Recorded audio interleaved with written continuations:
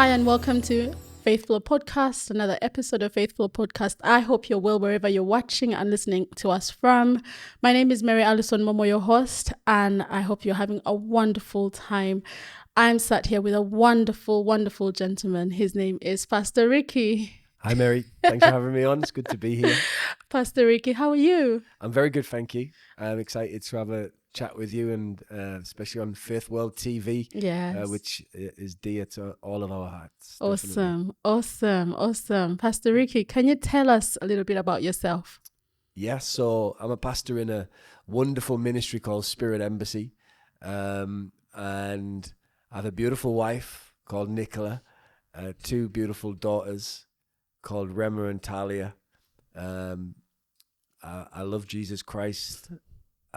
My life is committed to Jesus Christ and his gospel. Mm-hmm. And part of the reason why is because he transformed my life completely, you know. Mm-hmm. And so now I look to, push that gospel to as many hearts and minds as I can. Absolutely. Yeah. Absolutely. I was just going through your Instagram and, just looking at your beautiful family. Thank you. Yeah, your children. It's that you're a great father figure, it looks Thank like. you. Yeah. I'm trying. Well, something that you said in there that Jesus transformed your life completely. Yes. So can you tell us how you came to faith? Definitely. So it's an interesting story. I grew up northeast of England. Yes. In a industrial town called Middlesbrough, which many people don't know that it's a beautiful place. And I grew up in what you could say is a typical British Catholic rooted family, where it's not too serious Catholic, but grandparents were a little bit serious. Yeah. Probably their parents and grandparents were a bit more serious than them. And by the time it had got to my mother and her generation, it was a lot less serious. But I went to a Catholic primary school, so we were going to mass. We did the confirmation, the communion, all of that stuff. Mm-hmm. Never liked it. And by the time I got to the age of 11, secondary school, Yeah. I bounced. Why did you not like it? To me, just wasn't engaging for me as a kid, Yeah. and having to do the confessions, like sit there with the priest and be like, right, I was mean to my sister, I swore, I lied, and then have to go and do, prayers and stuff. I'm not knocking it if people like that, but as a kid, I just wasn't feeling it, Yeah. And so in secondary school, you said? So yeah, by the time I got to 11, bam, never turned back, never went back to the church at all, and I think probably a lot of the kids did at that time. Mm-hmm. And I went on to a life of like on the streets, like growing up in the streets. Many youths will probably do that in growing up in Britain. Yeah. It was the streets. We all used to be on the streets playing football, playing sports, hanging out. When you get to the teenage years, obviously you start mixing in gangs and loads of boys and girls just hanging around on the street corners near the shops. Mm-hmm. Then it progresses into getting a bottle of white cider, and getting drunk on the streets. And, I was the same. I just went with that flow like everybody else. And then it progresses into drugs, marijuana, and then onto harder drugs later, like ecstasy, cocaine. And that was my youth. So that was I love football, I love sports, but I also got into that kind of alcohol and drugs on the streets type of thing. Where was your family at that time? They were there. Okay. My family was there. It's a working class town, so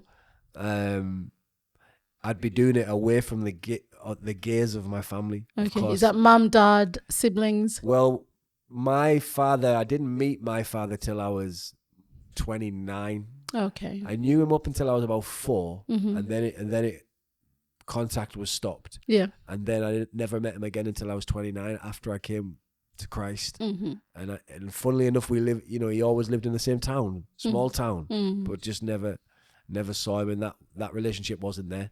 So my mother raised me with my grandparents. So I'd be between my mother's house, my grandparents. I'd fall out with my mum. I'll be angry she told me off. And then I'd pack my bag and I'd go and stay with my grandparents. They'd welcome me in. Yeah. Then they'd tell me off or something, and I'd fall out with them. I'd go back to my mum's, and that was my childhood. But at least I got 3 amazing parents instead of just 2. Yeah. And they did a great job. My mum did a great job as a single parent, and my grandparents did a great job at raising me almost as their own son. Yeah. The funny story is actually that they had 7 children, all girls. Like, wow. And they were always looking for a boy. Yes. And my mum was the second of their 7 girls to be born. Yeah. And she was the first to have a baby, and that was me, and I was a boy. Wow. So you can imagine. Yes. So that was my childhood, but they didn't support me drinking and doing drugs at a young age, and they never would have. Yeah. But they didn't know. Okay. So we were like most teenagers. We'd just be on the streets and hiding it and sleeping at people's houses so that we wouldn't get caught out and all that type of young stuff, And but that was my childhood. So I went through school. Then I went to university. Got a degree in business management, but also the party lifestyle increased even more, Yeah. And that's where I first picked up the guitar at university and started learning guitar. Then I finished university and went backpacking around the world for 4 years. And again, I went to Thailand, Australia, Nepal, New Zealand, and I tried every alcohol. I tried every drug. And to be honest, I really didn't believe in anything like a God. What was fueling your addiction or trying every drug and every? I think it's a lifestyle, but if I look back at it now and analyze it, like you start with peer pressure and then you move in like it's like a social thing, and to be in with the crowd or your friends or whatever it was, and then it becomes a habitual thing where like, and if I want to have fun, I need to do this. Okay. If I want to enjoy myself, I need to do this. But now I look back as a spiritual person now. Yeah. I know that it's a yearning for something. Yes. And to be honest, when you take drugs, especially class A drugs like ecstasy and cocaine, it does something where you lose some level of inhibition and it almost becomes spiritual. Now that I know spirituality, it almost becomes spiritual. And I think with the drugs and alcohol, people are looking for a spiritual encounter. Yeah. They're looking for something different to the normal life or the mundane life. And of course, it's not the answer. Of course. Because only bad things come from drugs and alcohol, whether it is you doing something bad or your body being damaged or your mind being damaged. Yeah. And I definitely went so hard on the drugs and the alcohol that I kind of lost my perspective, and my sense of who I was, the sense of reality, what's going on in the world. Yeah. And I disconnected myself from my family.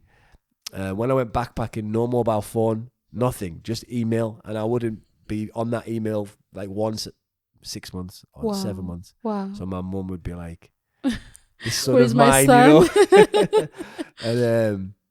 And I disconnected on purpose. And when I finished my backpacking, it was 4 years I'd been on the road. Why did you decide to go backpacking? I just wanted a different experience, I think, at that time. And I'd been in England, and I'd been with my family and my parents, and I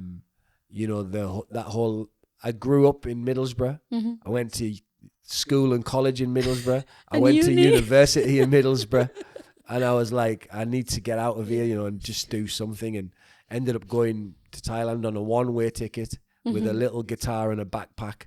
And I ended up being on the road for 40 years. 4 years. That's not correct. I'm 40 years old. I went for 4 years. 4 years. Around Thailand or different nations? Thailand, I did 10 months in total. And Nepal, I lived with a Nepalese band in a place called Pokhara for like 3 months. Then a couple of months in Darwin, Australia. Then I went to New Zealand to play football. So I know. I think football's a curveball, but I was into football at university. So was that in your 20s that you did the backpacking, 20s, 30s? I left after I finished uni. Yeah. Worked for 1 year and saved up. Yeah. So I must have been 23 when I got to Thailand. Yeah. And I'd played football at university. I was first team captain for Teesside University football team. Okay. So when I got to Australia. I knew a contact in New Zealand, so I went and played football in New Zealand. Oh, wow. Then I ended up becoming a full-time busker after playing football. I decided, right, I want to do music. I'm going to Wellington. Yeah. I was passionate about music. I developed a bit, wrote some songs, Yeah. and got to Wellington and thought the best way to practice and get paid is if I just be a busker. Yeah. So I became a street musician, and that continued all the way when I got back to England in 2008. That's now 4 years. So I left in 2004, and I decided to go to Manchester because it's a musical city. Yes, it is. Yeah. And I thought, right, go to Manchester. All my favorite bands are from there: Oasis, Stone Roses, the Smiths, and all these type of Joy Division. So I went there, got into the music thing, got into the busking thing. And one thing kind of led to another, and I got into that rock and roll lifestyle too much alcohol, too much drugs, too much partying. And without even becoming a success in what I wanted to do to be a professional artist, I was doing too much rock and roll life. Yeah. But, now I look back, I thank God that I went that direction because it led me to a bit of a breaking point, where I was a street musician. I disconnected from anything like friends. I still wasn't connected with my family, and I had nowhere to live. So I was just busking on the streets, and I needed to make £11 every day to get into a backpacking hostel. Yeah. So I'd be looking for £11. 15 would get me a burger at McDonald's. So food, accommodation every day. And then some days it wouldn't work. Yeah. So especially when it was raining, I might make £3. And then I would have to be looking for somewhere to sleep, and I'd be going to bars and pubs and ended up going back and sleeping on people's sofas, and I was just kind of living that lifestyle. Luckily, my music was, some people like my music, so they say, oh, come and stay at our house, the sofa's there, and I'd end up there for 2 months and then have to move on, and it was kind of like that. So I never slept on the hard concrete of the street. Okay. But I was homeless in the sense of I didn't have a home, Yeah. And one day I was just sat in St. Anne's Square in Manchester, which is where was my main busking point. And it was raining. I'd made £2, and I was so down. And that's one thing about drugs and alcohol; it can take you the opposite way. Yeah. Instead of high, you can go low. Yeah. And definitely, it was a low point where I just felt like lost. I felt like I didn't know anything about what I was doing or what's the purpose of life. And, I had too many questions, and I was so low, and I would say rock bottom. And I sat on the steps of the monument where I used to busk in St. Anne's Square, packed up my guitar and said, right, I need to go somewhere. I had no money. And I remembered Manchester Cathedral, which was very close to St. Anne's Square and next to the pub where I used to go drinking. Yeah. So I thought, all right, if a church is really a church, it should welcome me in. Yeah. Like, at least if I'm just going to go and sit there, get out the rain, it's fine. So I went to Manchester Cathedral, and I walked in, and there's like tourists moving around because it's a beautiful old cathedral. And I just went and found this little small room in the back of the cathedral, sat down, put my guitar down, and I just sat there. And it was weird because I didn't have a plan or a reason why I was going in there, apart from to get some peace and out the rain. But I just looked into the corner of that room, and I just asked in my heart, said, well, God, if you're real, help me. Yes. Didn't believe in him. Yeah. I'd actually mocked him many times. And just asked him for help because I was desperate and I didn't know where else to turn, to be fair. Yeah. And no thunderbolts of lightning came out of the sky. no burning bush in the corner. Yeah. But I just went on about my life. But then it started a chain of events. Yes.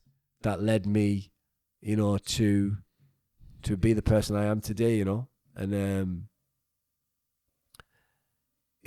changed everything. So I wouldn't have my family. I don't even know if I'd be alive if God never answered my prayer. And I didn't even know I was praying at the time. So I met a musician shortly after called Dave Sharp, was in a famous band called The Alarm in the 80s. They were really big in the USA, and around the world actually. And he became like a music mentor, and he was like, right, you need to learn the history of popular music. Yeah.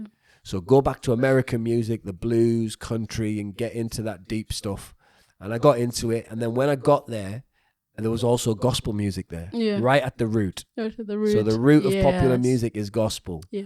Everyone, even people ran away from Europe to go to America when, America was the newfound land, to have freedom to worship God the way they wanted to worship God.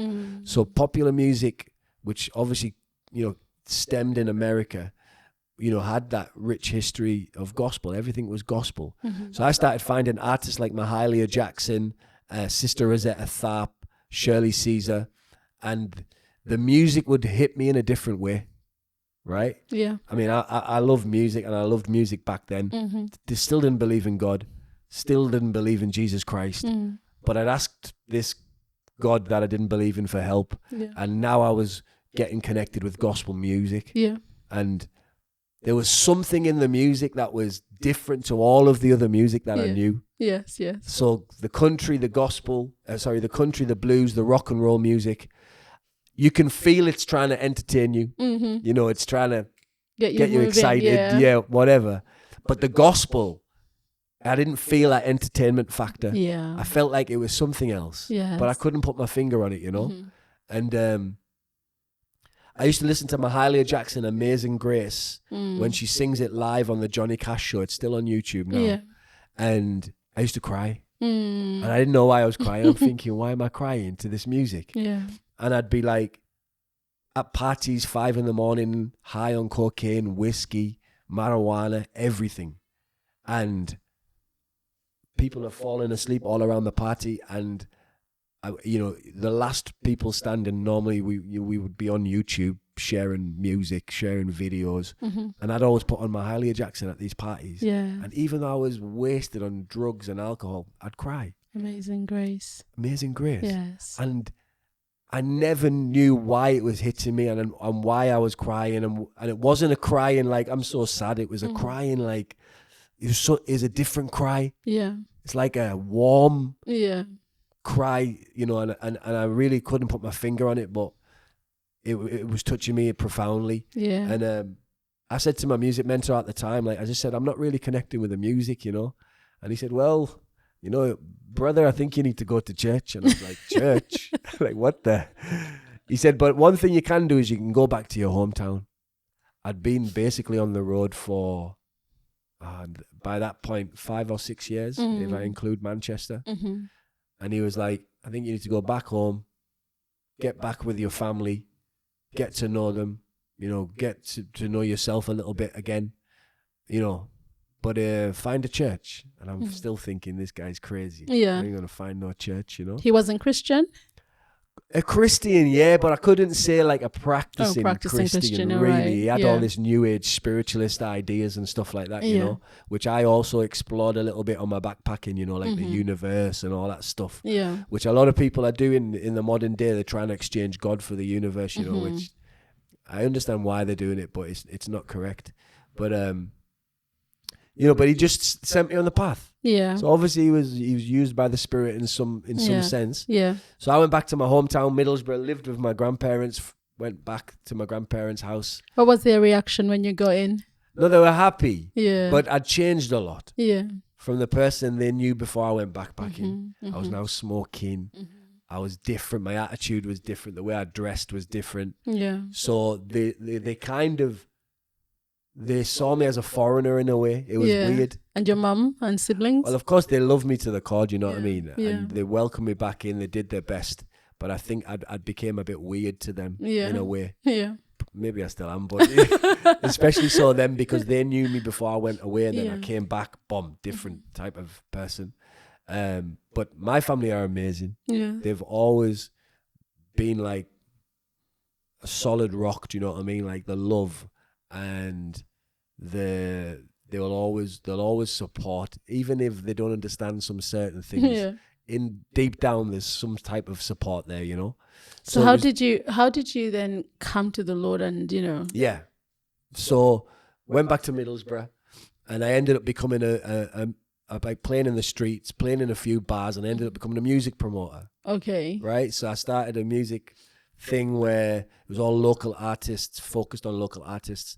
And because I was getting touched by this Mahalia Jackson music, I said, right, I need to find a gospel band. Yes. And I was doing like a monthly nightclub event with live music. Right. So my idea was, I'll get this gospel band, I'll put them on in my nightclub event, midnight, won't advertise it, won't tell anybody. And whatever this thing is making me cry, it might touch the people in the nightclub and shock them. So that's what I wanted to do. So I searched high and low, couldn't find a gospel band. Then one day, I'd been to a party the night before, slept on the sofa, 6 a.m, been taking all sorts of horrible drugs. MDMA, MCAT, like really disgusting stuff. And I woke up at like 8 a.m, just like bam, and only went to sleep at 7. Wow. And I looked around this dirty flat, like looking like a drug flat, like just disgusting.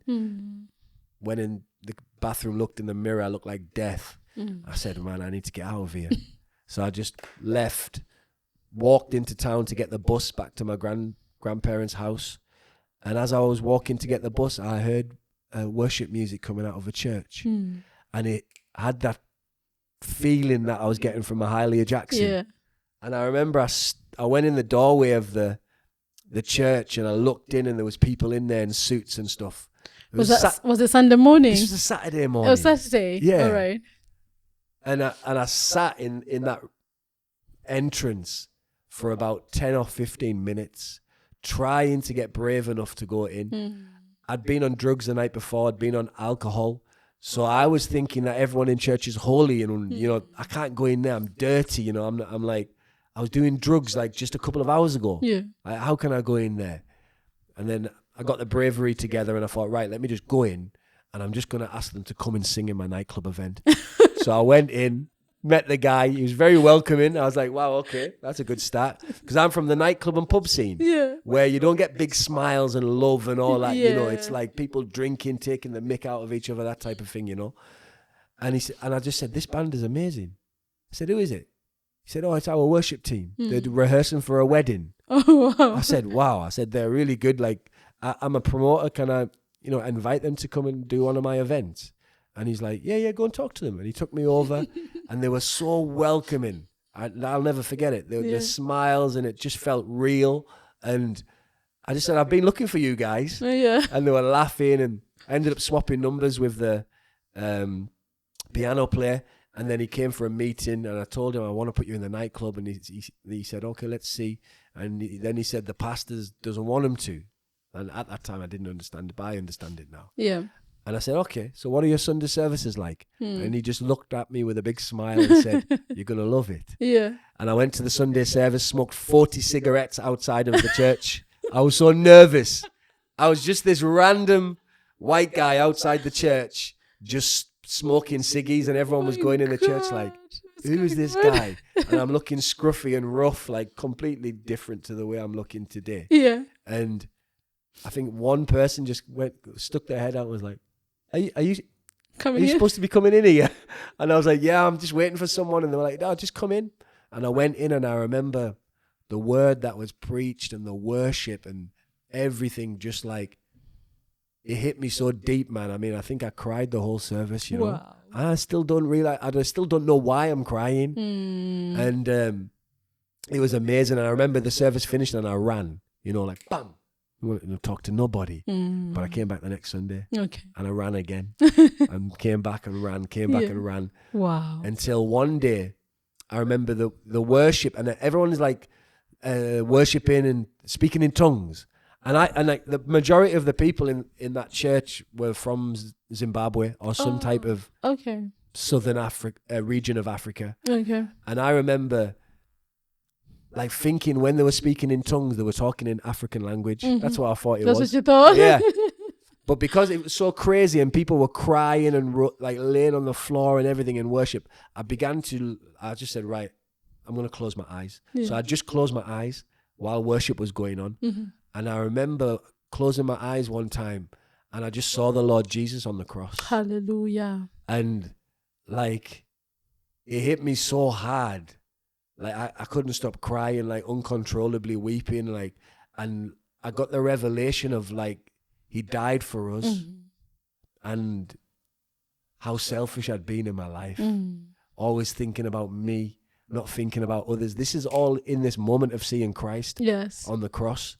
And that he forgave me. And that if he forgave me, I need to forgive others. I need to stop thinking about myself.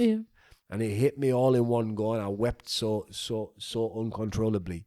And I remember the pastor saying, if anyone wants to receive Christ today, come to the front now. And I never even knew what he meant. No one explained to me what it means to receive Christ, or I didn't even know you have to receive Christ or whatever that is.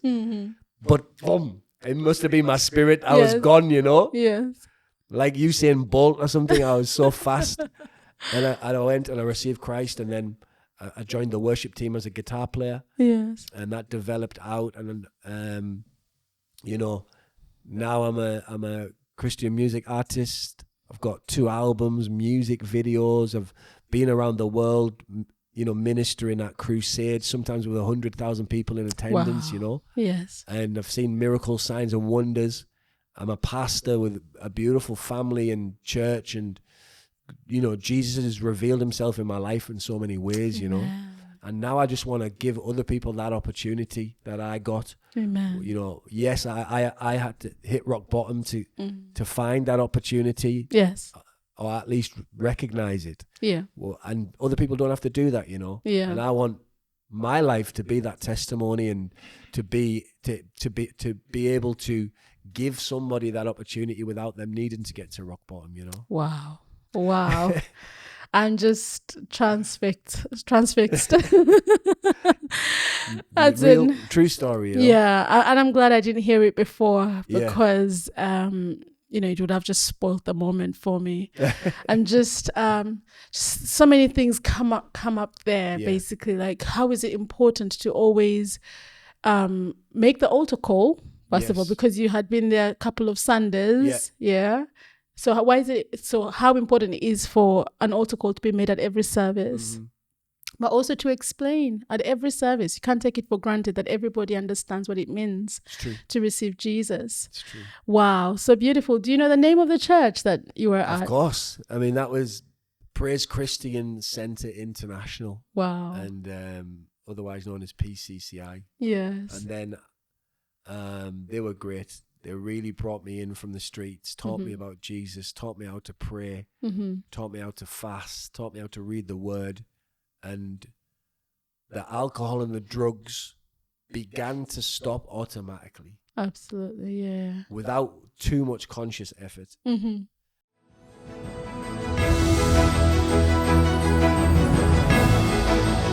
Thank you for listening to the Faithful podcast by Faith World TV. Until next time, bye-bye.